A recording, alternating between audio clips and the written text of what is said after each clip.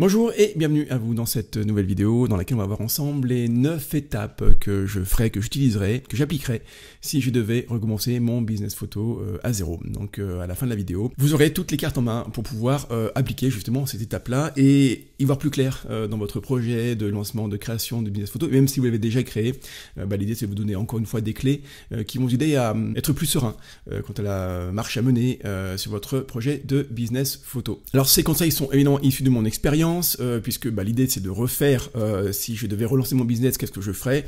Donc clairement j'ai pris ce que j'ai réussi à faire, j'ai pris ce que j'ai également raté, parce qu'il y a eu des ratés clairement dans mes plus de 10 ans d'entrepreneuriat.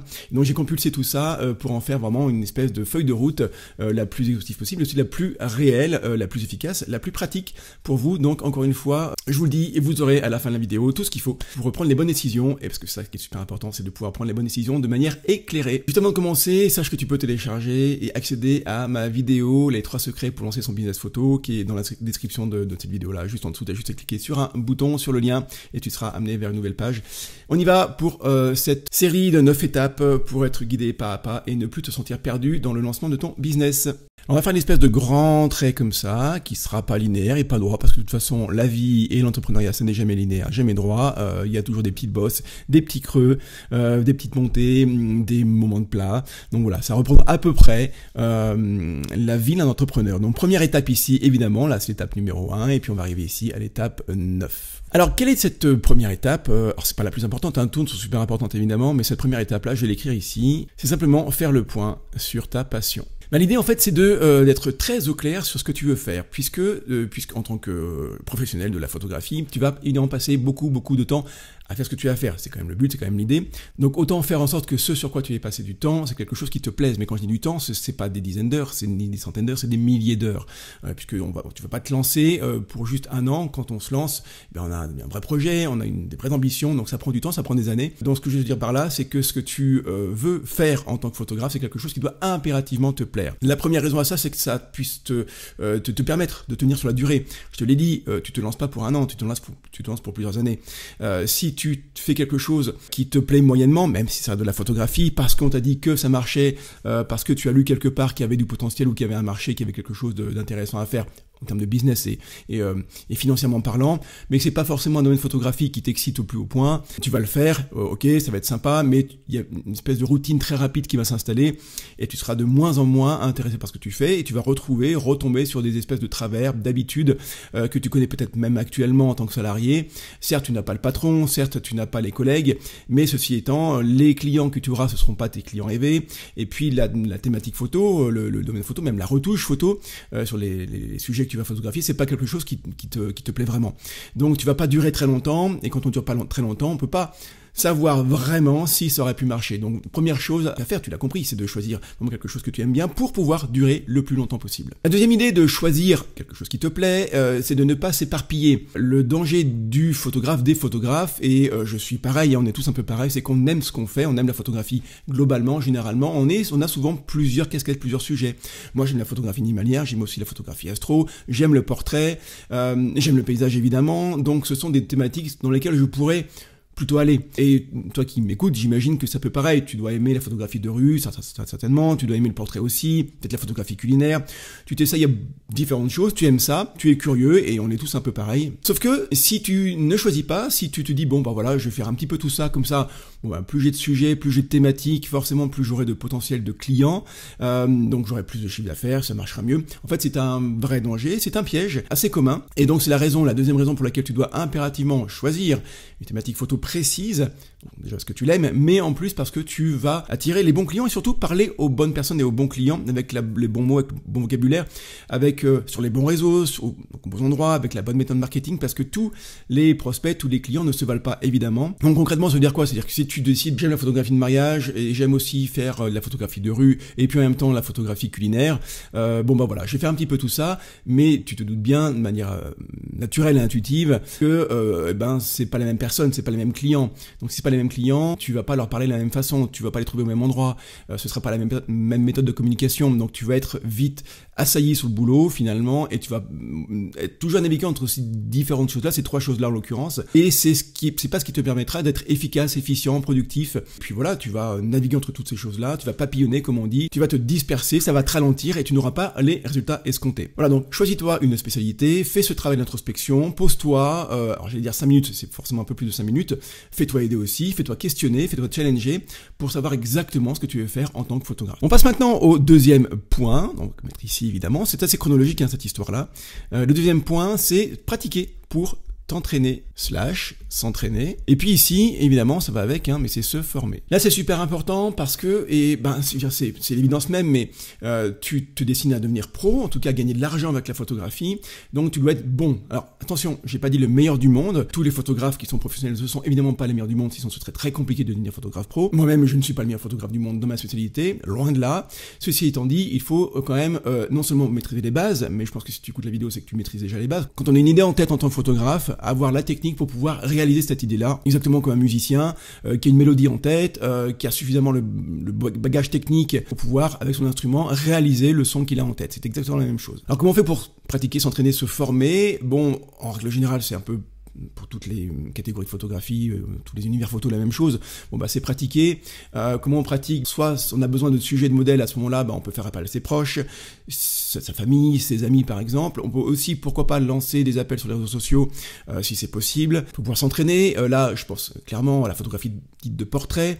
Il y a des modèles qui n'attendent que des partenariats, il y a des photographes qui n'attendent que des partenariats avec des modèles. Alors attention, faut pas tomber dans le piège extrême qui serait de ne faire que ça, que des partenariats qui fait qu'au bout d'un moment on n'est plus payé et puis ça n'est pas forcément, même pas complètement l'idée du marché. Donc, mais par contre c'est tout à fait admis et correct que de s'entraîner, même pourquoi pas payer. Moi ça m'est arrivé, hein, je l'ai fait à plusieurs reprises, de payer un mannequin, payer un modèle dont c'est le métier pour pouvoir s'entraîner dans la prise de vue. Ça c'est pour le côté photographie, alors, je mets des gros guillemets mais dite sociale, en tout cas qu'on entend la plupart du temps. Mais si on veut faire de la photographie culinaire, l'idée ici c'est d'aller acheter dans des épiceries fines des produits de consommation, des produits à manger, c'est donc les mettre en valeur, avoir peut-être son petit home studio, un éclairage qui est sur lequel on va s'entraîner aussi, puis de pratiquer, de s'entraîner, de faire ça. Si on fait de la photographie d'animaux domestiques, bah, la même chose. Je veux dire, si on a envie de faire ça, c'est que très probablement on a aussi un animal chez soi, mais il est très très certain que vous ayez des proches qui ont aussi des animaux, donc on peut faire avec ça avec eux. Il y a, dans la très très grande majorité des cas, aucune excuse pour ne pas avoir de support pour s'entraîner, et puis même si jamais ça arrive, on prend son appareil, et puis on s'entraîne comme un sportif. Je reviens sur l'idée du musicien, mais on fait ses gammes. Au moment où l'appareil est juste là, il est à portée de main, et puis si j'ai envie de shooter quelque chose qui passe sous les yeux, je vais le faire.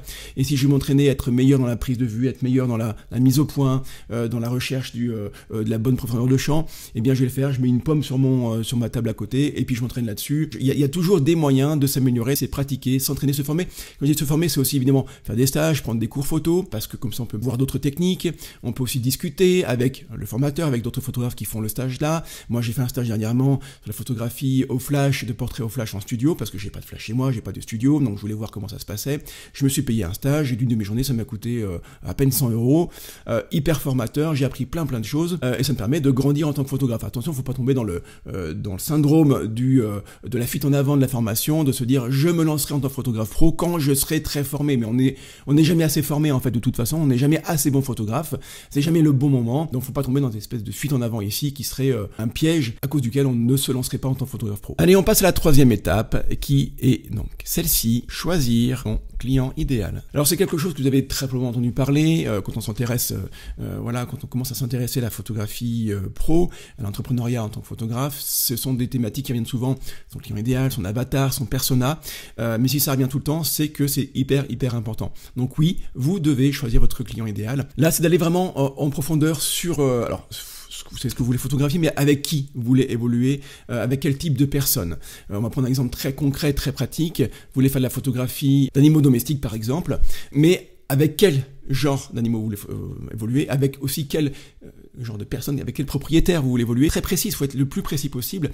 Ça va être avec que les chats par exemple, et si c'est avec que les chats, on peut même aller encore plus loin que ça, de manière plus précise, décider de ne faire que personnes âgées avec leur animal de compagnie, parce que c'est peut-être presque leur seule compagnie au quotidien, mais ça peut être tout à fait l'inverse, ça peut être les enfants et leur animal de compagnie.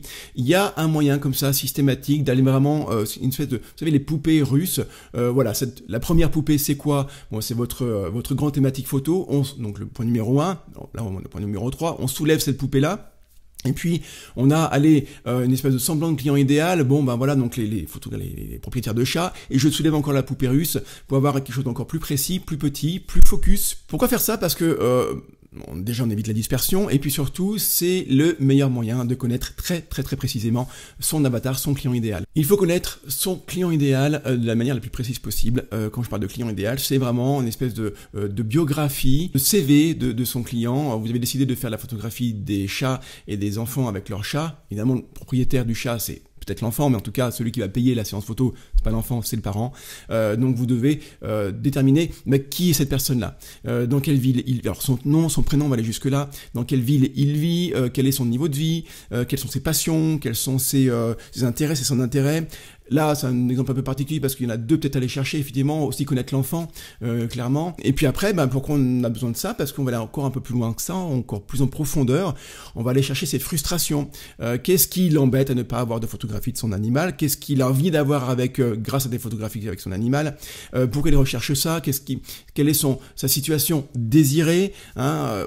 L'idée, c'est de dire, il est au point A, une espèce de forme de frustration, une attente qui n'est pas assouvie dans cette thématique photographique avec son animal, eh bien vous allez, avec votre produit, votre offre, l'emmener vers un point de situation désirée, plus sereine, plus sympa pour lui. Et donc vous devez, pour arriver à ça, du point A au point B, vous devez impérativement savoir qu'est-ce qui lui frustre et savoir qu'est-ce qu'il a envie d'obtenir. Donc plus tu connais ton client idéal, plus tu es capable d'adapter ta communication à ce client-là, plus lui va comprendre que toi tu le comprends, et c'est une espèce de communication comme ça qui va se faire naturelle. Plus que communication, ça va être une compréhension mutuelle. Lui va comprendre que toi tu sais exactement de quoi tu parles et ce dont il a besoin, et puis là clairement après du coup ça va être plus simple, plus facile pour toi de convertir ce prospect-là en client. Et puis surtout, une chose aussi hyper importante, c'est que comme tu sais ce dont il a besoin, tu vas aussi pouvoir adapter ton offre photographique, même si toi, c'est important de le faire, de garder ce que tu sais faire et de partir sur ce que tu sais faire. Malgré tout, à la marge, tu vas quand même adapter tes séances photo, peut-être ton style photo,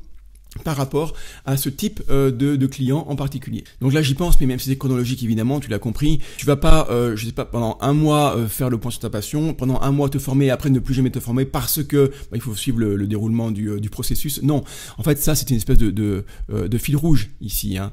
C'est-à-dire que tu vas régulièrement faire des choses, faire ce qu'il faut pour te former. De toute façon, même en photographiant pour tes futurs clients, tu vas aussi continuer à pratiquer, à t'entraîner. Il faut aussi, j'ai envie de dire, le faire à vide, sans client, pour continuer à être toujours performé, être le meilleur possible. Donc point numéro 4 ici, c'est construire un portfolio solide. Vous savez, les Anglais, les Américains, enfin principalement les Américains, disent show, don't tell, ce qui veut dire littéralement montre et ne parle pas, mais ce qui veut dire en fait, si on traduit de manière un peu plus subtile, c'est montre ce que tu sais faire et ne te contente pas que de le dire, quoi. Là, c'est la même chose. Vous pouvez très bien dire que vous avez suivi telle ou telle formation, vous avez tel ou tel parcours, que vous avez tel ou tel matériel, que vous êtes passionné par ci, passionné par ça, et que vous êtes entraîné dur, et que vous êtes un super photographe. Tant que vous ne montrerez pas vos photographies, eh bien, j'ai envie de vous dire, personne ne vous croira, quoi. Voilà. Donc, c'est vraiment montrer ça, montrer patte blanche. Et pour ça, rien de tel qu'un portfolio qui peut prendre différentes formes, qui peut être sur différents supports, qui peut être sur un site internet, qui peut être même sur Instagram, qui peut être sur un document PDF par exemple, si vous allez vers le B2B, hein, vers des photographies dites corporate, de reportage d'entreprise par exemple, avec une espèce de, j'ai envie de dire, de dossier de presse, quelque chose comme ça, mais vous devez impérativement vous construire, avoir un corpus de photographies qui montre votre savoir-faire, aussi simple que ça.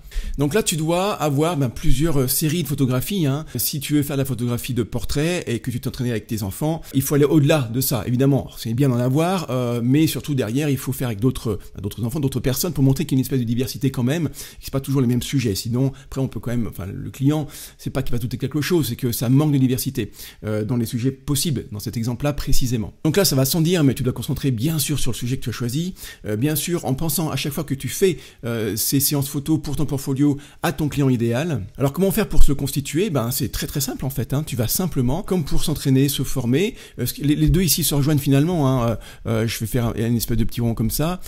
Pareil ici, c'est évidemment que c'est un fil rouge, hein, de la même façon.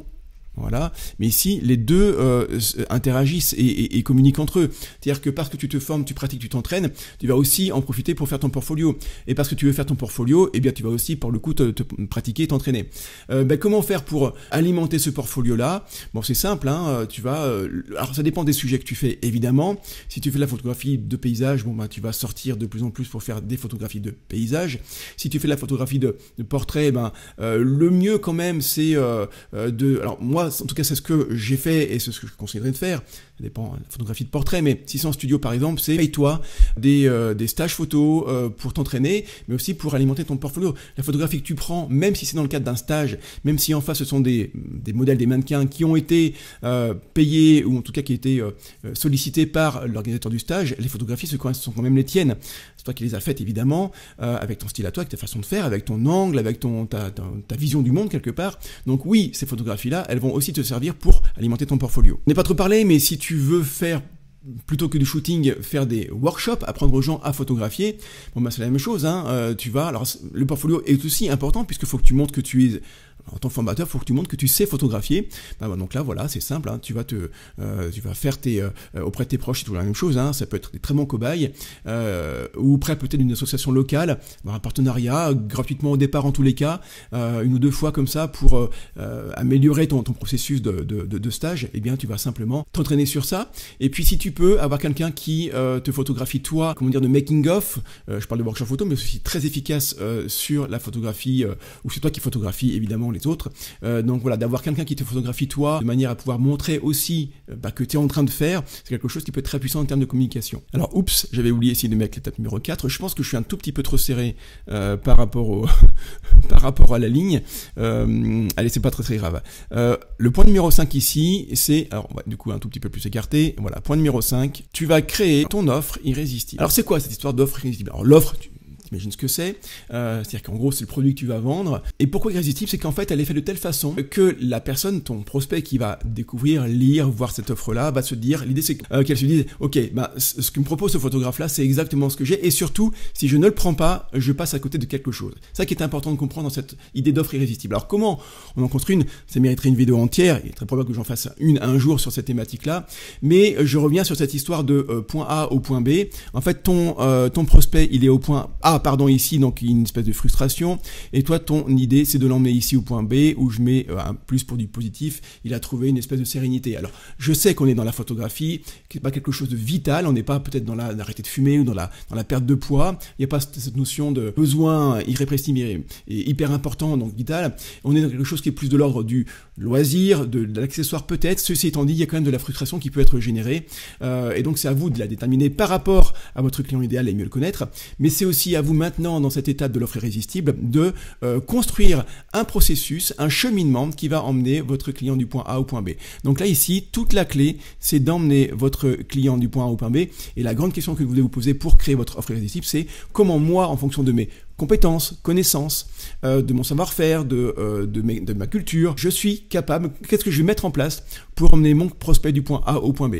Si je fais de la photographie de mariage, on fait des choses assez classiques, hein, mais on peut aussi être inventif sur ce qu'on y met dedans. Mais par exemple, ça va être ici, voilà, un appel découverte, ça va être ici le choix du lieu, pourquoi pas. On va ensuite ici réfléchir et proposer un style photo peut-être particulier, des mises en scène particulières. On va ici ensuite aller sur quoi? Des animations, en tout cas alors il ne s'agit pas de devenir l'animateur du mariage en tant que tel, mais voilà, être force de proposition sur des temps actifs de photographie pour avoir des souvenirs qui soient plus forts et plus surprenants qu'ils pourraient l'être sans ça. Et puis après, on va aussi réfléchir évidemment au post-traitement, même si ça ne concerne pas directement parce que vos prospects sont pas avec vous à ce moment-là, mais c'est aussi un point important de l'offre. Et puis on va arriver ici à la livraison des photographies. Bref, c'est autant de choses, autant de points d'étape qui vont constituer votre offre, mais peu importe ce que vous vendez, peu importe votre style photo, votre thématique photo, votre sujet, vos prospects, vos futurs clients, vous devez réfléchir au processus que vous mettrez en place pour emmener votre client du point A au point B. Et c'est ça ce qu'on appelle l'offre irrésistible. Allez, on arrive au point ici numéro 6, qui est mettre en place les bases légales. C'est quoi mettre en place les bases légales? C'est simplement créer son entreprise. Alors pourquoi je les mets en 6e point et pas en numéro 1 ou numéro 2? Pour deux raisons. La première, c'est que pratiquement vous créez votre entreprise, vous allez avoir des charges dessus. Alors évidemment, si c'est une micro-entreprise, vous n'aurez moins. Si c'est une EURL, une SARL, vous en aurez plus, avec plus de contraintes. Mais l'idée, c'est de comprendre que quand on crée sa boîte, forcément, c'est pas anodin et que derrière, vous aurez des charges, ne serait-ce que par rapport à l'URSSAF. Donc, c'est hyper important de ne pas trop se précipiter, puisque même si vous ne vendez rien, il est très probable que vous ayez des charges à payer derrière. Donc, autant le créer la boîte vraiment officiellement au moment le plus opportun. Donc ça, c'est la première chose. Ne pas créer trop tout de suite, parce que si il vous faut par exemple 3 mois pour mettre en place tout ça, parce que vous avez un métier à côté, parce que vous avez une vie et que vous ne pouvez pas consacrer 50 heures par semaine, et bien à ce moment-là, si vous l'avez créé maintenant, la boîte, pendant 3 mois, vous n'allez pas faire rentrer de l'argent, ce qui peut être un petit peu dommage, clairement. Donc ça, c'est la première raison. Deuxième raison pour laquelle vous devez réfléchir quelque part à cette création d'entreprise, c'est que selon ce que vous avez décidé de vendre, selon votre, pas forcément le client idéal, mais en tout cas, ce que vous allez, vendre ici, avec ce point numéro 1, ici sur le point sur votre passion. En gros, vous allez soit vendre peut-être que des tirages photos, ou alors vendre des prestations de shooting photo, mais ce ne sera pas le même statut. Donc si vous créez par exemple, mettons, je fais vraiment les choses à l'envers volontairement, mais vous créez en étape 0, ici par exemple, votre boîte, et vous décidez de vous mettre en statut d'artisan photographe, parce que vous l'avez lu, parce que c'est rapide, c'est micro-entreprise, et que ça va vite, et que c'est sympa, voilà. Mais que vous ne vous destinez à ne vendre que des tirages d'art limités, eh bien c'est absolument pas le bon statut. Donc l'exemple est volontairement caricatural, mais c'est le danger dans lequel on peut tomber. Ça peut être l'inverse tout à fait vrai, évidemment aussi. Si on crée ici son statut d'auto-entrepreneur, son statut de auteur photographe, et qu'on souhaite vendre des tirages, pas des tirages photos, décidément, on souhaite vendre des shootings photos ou donner des cours photos, à ce moment-là, eh bien on est aussi dans le faux, puisque ce sera pas le bon statut, on n'aura pas le droit de le faire. Donc là aussi, cette thématique-là demanderait une vidéo entière. D'ailleurs, j'ai une vidéo dans laquelle tu peux aller voir qui parle de ça. Alors pas une vidéo, c'est un audio, mais qui est sur la chaîne YouTube, tu peux aller la voir également, je te le mettrai en lien dans la description. Ok, on passe à l'étape numéro 7, on est sur fixer. C'est un point très très important évidemment. Là aussi, c'est une vidéo entière qu'il faudra faire pour parler que de ça. Et sur mon blog, j'ai un article qui parle de ça aussi, donc c'est quelque chose que j'ai déjà traité. Mais là, en quelques mots, comment on fait pour fixer ces tarifs? Première chose à faire, c'est de faire quelque chose de scientifique. Donc la première étape de ce calcul scientifique, là rapidement, ça va être de quoi faire? Ça va être de savoir exactement ce que tu veux, toi, comme salaire, ce que tu vas te verser comme salaire par rapport à ton niveau de vie, par rapport à peut-être un métier actuel, tu gagnes tant d'euros par mois, et bien tu te dis qu'en tant que photographe, allez, tu vises un peu moins parce qu'au départ c'est un peu plus difficile évidemment, tu te lances, donc tu vas prendre, là, tu peux peut-être payer, je sais pas moi, 1500 €, et bien tu vas taper 1000 € par mois, tu vas avoir tes 1000 € par mois, c'est ton objectif, voilà, à moyen terme. Donc pour ça, qu'est-ce que tu fais? Donc tu as tes 1000 €, et puis tu vas simplement partir de là, multiplier par 3. Pourquoi par 3? Parce qu'en gros, voilà, 1000 € c'est ton salaire, 1000 € ça va être les charges liées à ce salaire-là, même si c'est un calcul qui est très rapide à faire, c'est fait un petit peu à la louche, et puis une troisième partie, un troisième tiers qui est celui du réinvestissement dans ton entreprise. Donc en fait, une espèce de division par 3 comme ça. Donc en gros, tu dois avoir un chiffre d'affaires de 3000 € par mois pour te verser un salaire de 1000 €, et les 2000 € restants étant dédiés aux charges et dédiés au réinvestissement. C'est évidemment approximatif, c'est pour te donner un petit peu l'ordre d'idée. Dans les faits, c'est beaucoup plus précis que ça, bien sûr. Il faut faire les choses plus précisément. Maintenant que tu as ton chiffre d'affaires à atteindre, eh bien, tu dois aussi déterminer le nombre d'heures que tu es capable de proposer, nombre d'heures que tu es capable de faire par mois pour ton entreprise photo. Si tu ne peux faire que 10 heures par mois parce que tu travailles à côté et puis tu as un temps qui est limité, eh bien, ça va clairement indiquer le tarif que tu auras à appliquer, puisque tu ne peux faire que 10 heures par mois. Donc si on compte dans ces 10 heures-là, évidemment, on va compter tout ce qui est post-traitement, tout ce qui est recherche de clients, enfin en gros tout ton travail dans l'entreprise. Donc le temps de prise de vue, il est aussi limité, hein, clairement, c'est pas 10 heures de prise de vue. Donc peut-être que de manière un peu raisonnable, tu vas peut-être pouvoir faire, allez, je sais pas, que 3 shootings d'une heure, 1 heure et demie, peut-être même 2 heures dans le mois, ce qui est pas beaucoup. Donc si tu veux atteindre ces 3000 € là, ben clairement, de chiffre d'affaires, tu comprends très vite que tes tarifs ne pourront pas se contenter d'être uniquement à 100 € par exemple. Donc là, quand tu te rends compte de ça, soit évidemment tes tarifs vont s'adapter pour avoir ton chiffre d'affaires, soit tu te dis, ben j'ai pas assez de temps, et bien j'organise ma vie différemment pour avoir plus de temps, pour maintenir un prix, donc des tarifs plus bas, voilà, parce que je sais que je peux pas décemment proposer 1000 € un shooting d'1 heure avec l'enfant et son chat de compagnie, c'est pas possible. Donc tu te dis, je peux pas faire ça, donc allez, j'augmente le nombre d'heures que j'ai à disposition, je passe de 10 à 20, ce qui est possible, donc tu vas doubler le nombre de séances photos, tu vas passer de 3 séances photos à 6 séances photos, ce qui fait que tu vas diviser le prix par 2. Ça, c'est la version, on va dire, mathématique. Et puis tu as la deuxième partie qui va être celle de la partie, on va dire, un peu plus lors de l'intuition, j'ai envie de dire. C'est-à-dire que voilà, tu sais que tu as ce tarif-là fait mathématiquement, au-dessus duquel tu gagnes de l'argent, en dessous duquel tu perds de l'argent. Tu as cette espèce de base-là, voilà, de tarif plancher. Et bien à partir de ce tarif plancher-là, bah, tu vas voir ce que tu peux être capable d'augmenter, toi par rapport à ton rapport à l'argent, mais aussi par rapport peut-être, et même aussi, à ta clientèle. C'est-à-dire que ça dépend de la région dans laquelle tu vis. On sait qu'il y a des régions qui sont plus aisées que d'autres. On sait qu'il y a des clientèles qui sont plus aisées que d'autres. Donc si tu, je ne vais pas caricaturer évidemment, mais voilà, si tu es dans une région pas forcément connue pour être riche par exemple, et que ben, la clientèle que tu vis, c'est des personnes qui sont, parce que tu l'as déterminé dans ton client idéal, dans la troisième partie, ben, ce sont des personnes d'un niveau de revenu pas très élevé, bon ben, clairement que ton tarif plancher va peut-être se situer, voilà, plancher un peu plus, tu vas appliquer une espèce de pourcentage d'augmentation, en tout cas un coefficient multiplicateur pas très élevé. L'important en fait c'est d'être un tout petit peu mal à l'aise par rapport au prix pratiqué, c'est-à-dire qu'en fait quand tu lis ce prix-là, tu te dis il y a un petit peu de friction, mais je peux quand même le faire. Si tu es trop à l'aise et ça te pose pas de problème avec le prix, c'est que très probablement il n'est pas assez élevé, encore une fois par rapport toujours à ce prix plancher mathématique scientifique. Cette norme-là, eh bien voilà, tu vas pouvoir un petit peu naviguer autour de cette norme-là et aller chercher un tarif que tu pratiques qui va être un tout petit peu conflictuel pour toi, mais pas trop pour pas vraiment te mettre trop mal à l'aise. Allez, on passe à présent à l'étape numéro 8, et finalement j'aurais bien géré mon espace de toutes les étapes. L'étape numéro 8, c'est créer ton tunnel de vente. Alors, le tunnel de vente, alors on parle aussi très fréquemment, et moi je parle pas mal de ça également, c'est d'entonnoir de vente. Voilà, entonnoir de vente. Entonnoir. En fait, ce qui se passe, c'est que, je vais faire un tout petit, tiens, j'ai de la place ici, je vais faire un schéma, et quand je parle d'entonnoir, c'est littéralement l'entonnoir. Tes prospects, que tu vas aller chercher, on verra dans l'étape numéro 9 que justement c'est ça, c'est où aller les chercher, mais voilà, tu fais ce qu'il faut pour te faire découvrir, pour te faire connaître auprès de tes prospects, quels qu'ils soient. Donc ils arrivent ici, tes prospects, ok, tac, parce que tu te fais découvrir, parce que tu peux faire de la pub également, parce que tu publies à droite et à gauche. À droite et à gauche, c'est quand même plus précis que ça, évidemment, on le verra dans l'étape numéro 9. Voilà, tu publies pour te faire connaître, tu fais ce qu'il faut, du partenariat, plein de choses qui font que les gens, tes prospects te découvrent. Mais l'idée, c'est de les emmener ici. Et ici, c'est quoi? Ben, c'est, alors je vais mettre 1 euro, hein, voilà, c'est l'achat de ton offre. Et en fait, entre ici, ce point-là et ce point-là, eh bien, il y a des étapes. Ces étapes-là, c'est ce qu'on appelle donc le tunnel de vente. L'idée, c'est d'avoir un tunnel de vente le plus fluide possible et qui ait le moins de friction possible. Alors, qu'est-ce qu'il y a dans ce tunnel de vente-là? Ça dépend de ton business, mais grosso modo, c'est à peu près quand même toujours les mêmes étapes. C'est qu'on va avoir ici un endroit prévu pour les inscriptions de tes, alors j'ai écrit mon nom très mal et très vite, inscription de tes prospects. Idéalement, c'est une newsletter, c'est sur ta base email, parce que c'est ce qui t'appartient, mais ça peut être aussi tes abonnés sur Instagram par exemple, peut-être sur ta chaîne YouTube si tu en as une. C'est en tout cas un endroit, un espace grâce auquel tu vas pouvoir recontacter à volonté tes prospects. C'est pour ça que moi j'aime beaucoup le mail, parce que le mail c'est ce qui permet vraiment t'envoies un email, t'es pas dépendant d'un algorithme, et c'est comme ça que tu peux vraiment avoir une interaction forte, fluide, puissante avec tes prospects, donc tes abonnés. Comment les inciter ici à avoir cette inscription-là? C'est souvent proposer par exemple une petite surprise, un petit cadeau sur la première commande.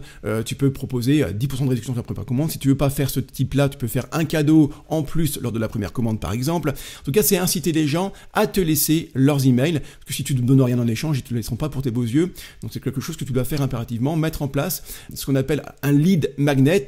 Lead, c'est prospect en américain, en anglais. Magnet, c'est aimant, donc c'est un aimant à prospect. C'est en tout cas quelque chose, une incitation à te laisser leur email. Et puis une fois que c'est fait, puisqu'on est dans les emails et que moi j'aime beaucoup ça, c'est très efficace, eh bien tu vas faire un enchaînement d'emails ici qui va te présenter, qui va montrer quelque part ta culture, ton univers, ton monde, qui va montrer ce que tu sais faire, qui va aussi donner des conseils, qui va rassurer tes prospects parce que tu fais ce que tu vends.